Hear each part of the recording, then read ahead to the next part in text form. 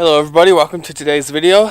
Today we'll be changing a CV axle on a 2009 four-wheel drive Chevy Suburban. I'm pretty sure it's 2009. And yeah, so for this you'll need a tire iron, breaker bar, a 36mm socket, 2 vice grips, a socket set, jack, a jack stand or 2, a hammer probably, said socket set. This is to put on the socket to break the nuts with. And this little impact drill, or just a normal drill, helps because it takes away the monotonous turning and turning and turning on some of the stuff. It helps. It just makes it go way quicker. First thing you want to do is crack this big axle nut, which I'm pretty sure it's going to be this direction.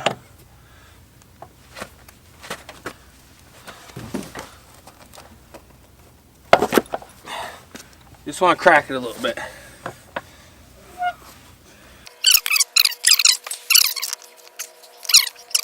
I just changed the CV axle on this thing, the passenger one too, yesterday. But I'd help with that one when I'm doing this one alone, because I'm able to. So yeah, now we're gonna put a chock in the tires, and then jack it up.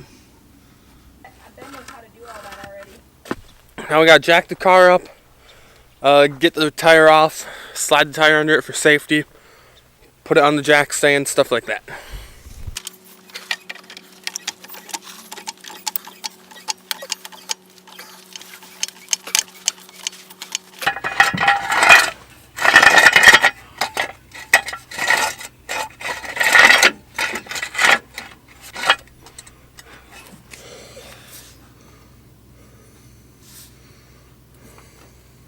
Now we will get the rest of these, we'll get all of these lug nuts off of there.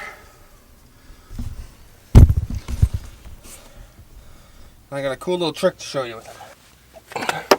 Take an impact wrench. These are all already cracked. They're just on there temporarily for the night. Get an impact drill, 7/8 socket. Look at that.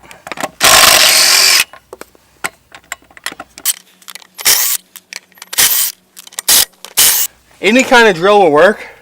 I just like using it because it's better than because otherwise you're going like this.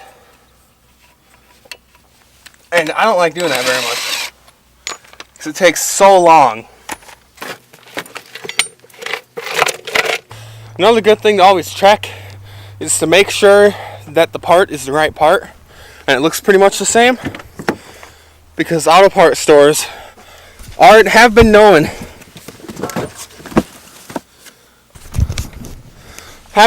to give you the wrong part. I mean, we've gotten the wrong stuff and had to go back to town and several times trying to get the right part because they just give you the wrong one. It's not on purpose or nothing, it's just, it happens.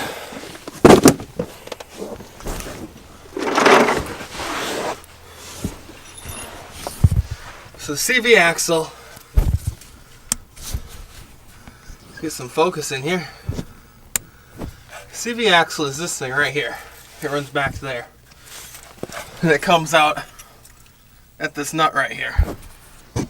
That's what we're changing. And we want to make sure the one in this box over here, same thing. As close as we can tell.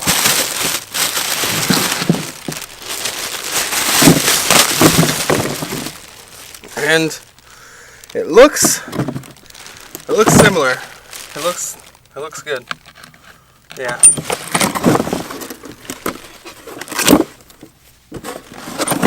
So it should work. I'm just gonna put that off to the side for now. Got a bunch of screws and stuff in my pocket from working today. Gotta get them out. Working on the side job, building that garage. Yeah. So we have to take, in order to get that out, we have to take the spring out. Or the suspension, I don't know what you actually call it. Spring, suspension thing. We gotta take it out, which that's no problem. First though, we gotta get all those bolts off that are back there. And that, it sucks. I'm gonna get some WD-40 and spray on there while I get everything else ready.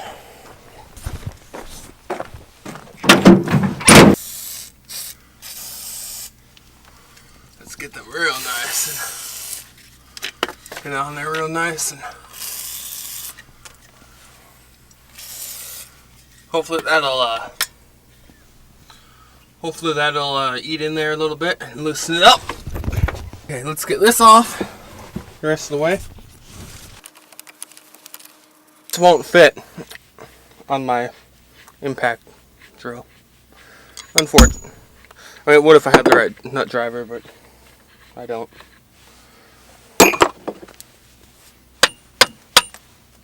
So, this thing likes to spin when you're trying to get them off. That's where the two vice grips come in.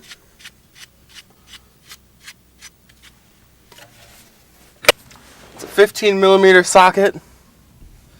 So what I do to get stuff like this off, already got those two loose. Put my ratchet there. This is just the old pipe wrench without the spin part and the other side. I'll take it like this and just, it makes it so easy and simple. So without doing it like that, man, you're gonna be there a while. But the only unfortunate part is now I got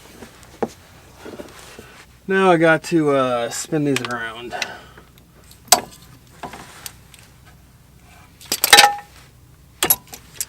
To undo those and spin it.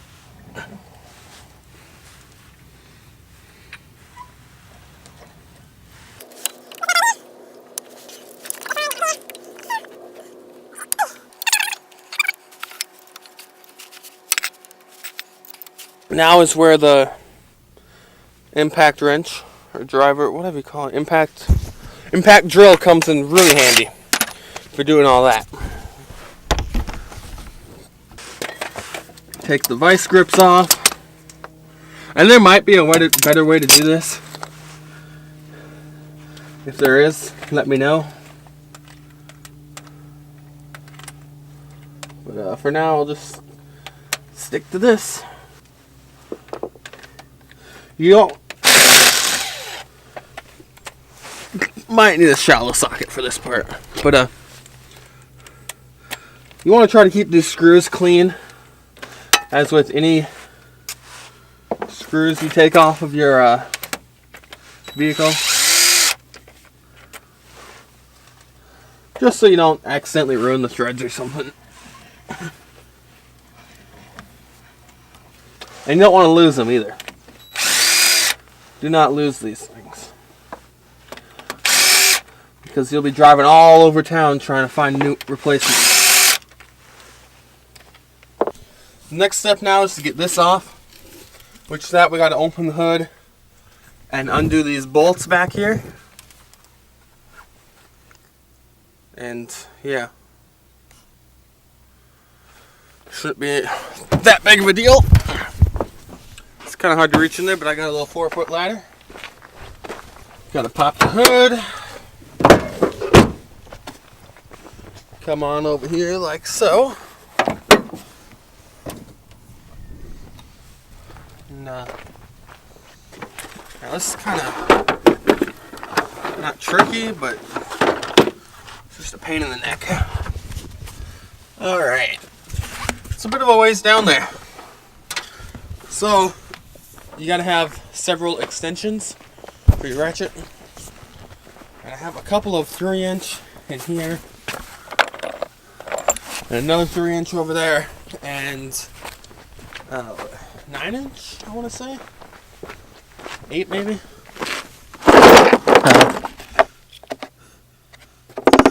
I don't know. This. And now, I got the clip off by reaching with the screwdriver to the side where I showed you earlier. Now it's got to crack that nut.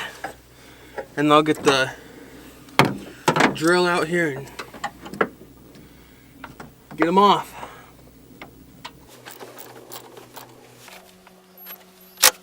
This is what that bolt looks like with a nut. It's just, if I can focus, yeah. Alright, so that bolt right there that's in focus right now, that's the one that had the clip on it. And I just reached through with this screwdriver like this and was able to pry it up. These other two don't have them on it. The one right there and back there, they don't have them on there, so it should be easy going. Let's see.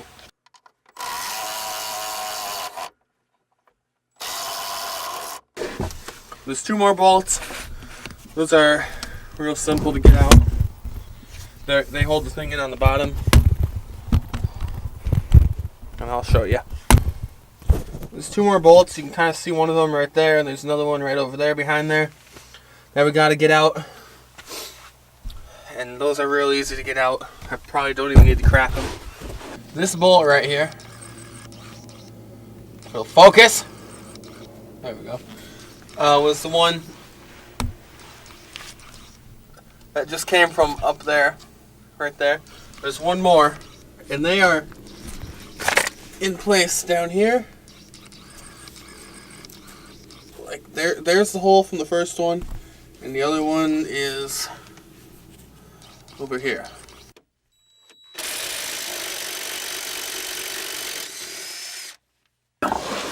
Now to get this thing out, we'll need a hammer,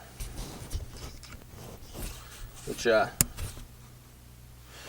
shouldn't be any problem for anyone doing this kind of work to have a hammer laying around.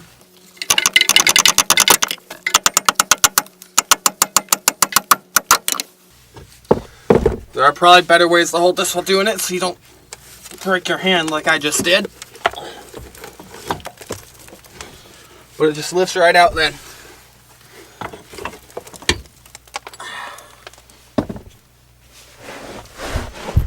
If you're ever wondering what the shock looks like out, there it is. I'm going to lay that right there like that. Now to get the main CV axle out is a little bit tricky. Not tricky, you just got to finagle it a little bit. Yeah, come up under it. And yeah, push it forward. I guess it's not tricky at all. Pull it right on out like that. Alright, let me show you a couple things. This hole, that hole right there, is where this part has got to go into. So you stick it back and you push it forward.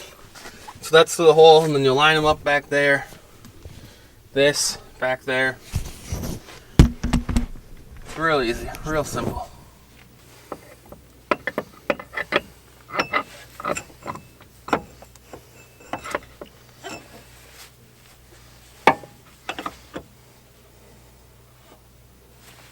And this is another part where the drill comes in really handy. I don't own a big air-powered impact wrench.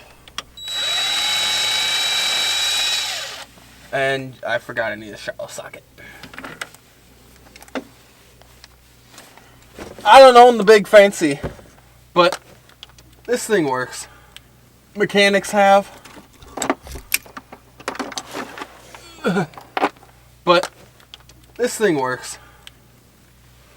This thing works pretty good.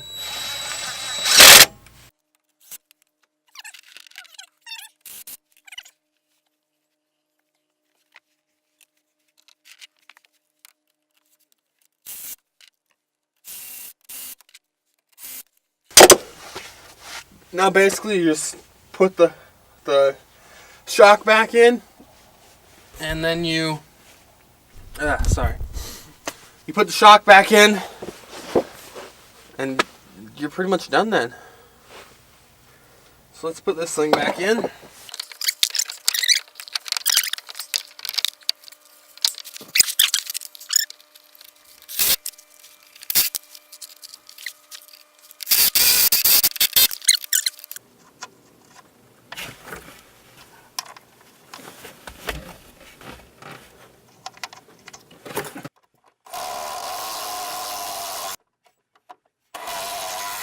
Now that's done, we gotta put this back on.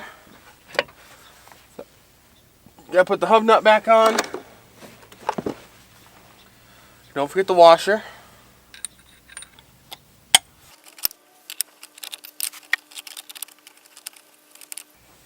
Basically with this, I'm going to get it until I can't get it anymore, and then put it on the ground and put the wheel back on, and you know,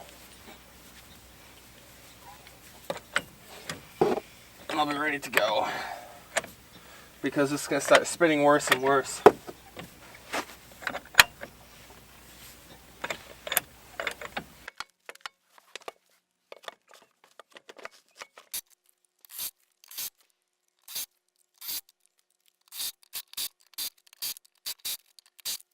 Tires back on. Let's jack it up a little bit. Pull the jack stand out, and then tighten those the rest of the way, and we'll be done.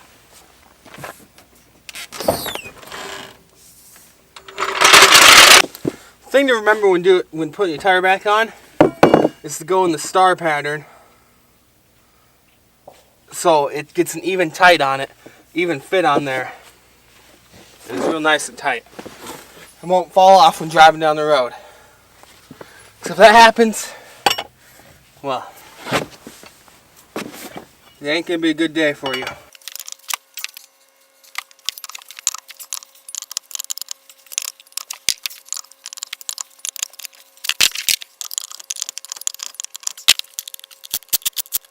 Alright, as you can see, I'm done changing the CV axle. It took some work, but it's not that difficult. It's pretty easy to figure out with videos like this one and others on YouTube. Anyone can do it, because you don't have to own all the tools. A lot of auto part stores like O'Reilly and AutoZone, and I can't think of the other ones, but a lot of them like that have a lend-a-tool program where you can get them for free. You have to put the money down, I think the cost of the tool or a part of the cost of the tool, and you put that money down as collateral. You get it, you go use it. When you bring it back, you get your money back. Like, this is ours, but the first couple times we needed a big axle nut wrench or axle nut socket, we just went and did that, but then we ended up buying one eventually. And this breaker bar, they have those. I don't think they rent the full-on socket sets, but I mean, 40-50 bucks. You can have all of them that you need, or at Walmart, 20 bucks to have one that has anything you'll need. And a socket or a ratchet isn't that much.